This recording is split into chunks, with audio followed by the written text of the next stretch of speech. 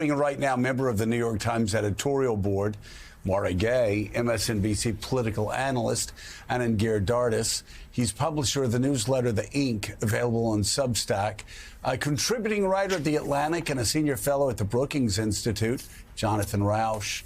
And also the author of The Sanity Clause newsletter on Substack, Joe Klein. Thank you all so much for being with us.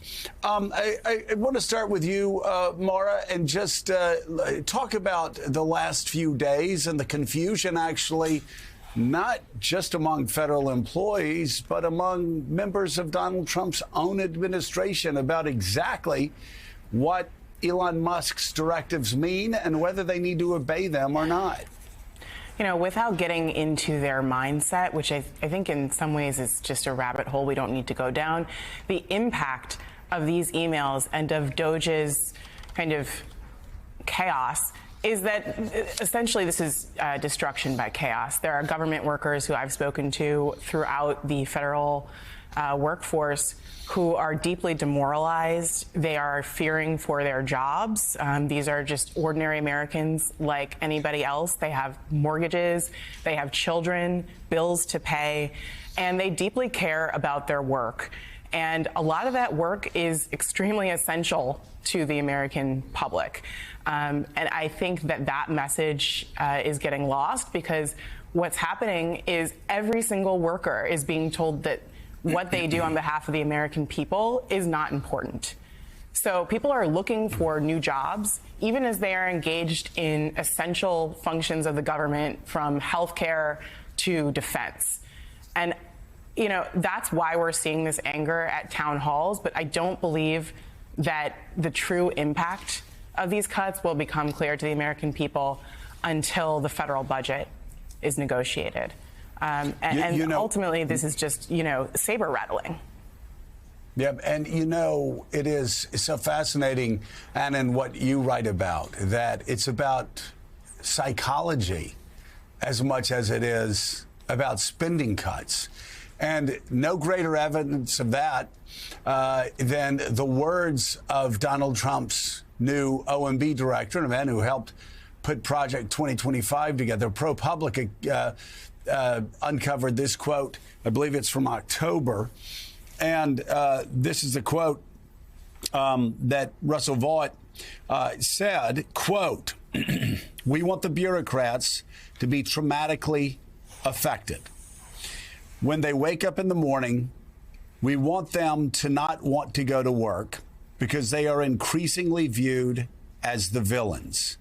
We want their funding to be shut down. We want to put them in trauma." And you take what Mara just said with what you wrote about this being about psychology as much as anything. Trauma, overwhelming everybody, not just federal employees, but overwhelming Democrats, independents, the media, you name it. And then you go back and look at these words. This is, if you take Russell at his own words, this is part of the plan. It is. America right now is living through a hostile takeover by billionaires and bullies. And we don't have an opposition that is able to say that simply, clearly, and starkly.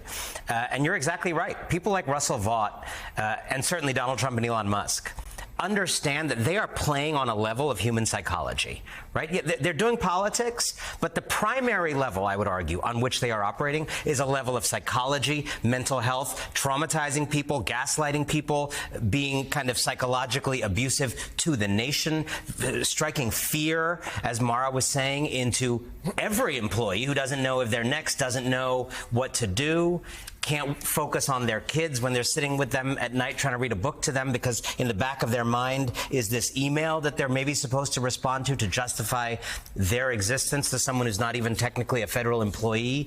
And this hostile takeover on this level of psychology, playing with people's nerves, is still not being opposed by Democrats who understand to play on the same turf of psychology and who understand. What do you think they need to do, Ann? And I know that you're talking about people need to get involved. They need to run for office. They need to, so what's the answer? What do Democrats need to be doing in your opinion that they're not doing right now? We need a strategy up and down, right? So running for office is a longer term thing. We got thousands of people looking into that. But right now, the top leaders of the Democratic Party, I don't expect the revolution to come from them, but the top leaders of the Democratic Party need to stop being milquetoast. I'll be very specific. Last night, Rachel Maddow's show, Leader Jeffries is on the show. Tell me if I'm wrong. You can @ me on any social media platform if I'm wrong. I don't think any American watching that interview with Leader Jeffries would have come away feeling defended deep in their heart in the middle of an autocratic takeover by that high-ranking Democrat. It was full of legal terms as it relates to in terms of, well, and it was full of every time she gave him a chance to empathize with people who say he's not doing enough, they're not doing enough. Every time she gave him that opportunity as a gifted interviewer that she is, instead of saying, yeah, I can get why people feel that way about what we're doing. Nope, we're doing this. Nope, nope, we don't need any more steel in our spine. Defensiveness and self-protection do not make an opposition. It is going to take a true fiery opposition that understands how deeply undefended Americans feel right now by this psychological onslaught by the abuser in chief and by his shadow president. And it's going to take, if you are not one of the people with the mettle to stand up to an autocratic coup, get out of the way. There are so many other jobs. Become a lobbyist like you're probably planning to do anyway in a few years. Accelerate that plan. Get out of the way for people who know how to stand up and are adequate to this moment. And certainly there's a lot of debate among Democrats right now as to who is that face, who is the leader for the party right now, who's going to play the role that Nancy Pelosi did during those first couple years of Trump's initial term in office. So now let's take a look at more from Ryan Noble's interview with Senator Murkowski, who warned her Republican colleagues not to cede their authority to President Trump.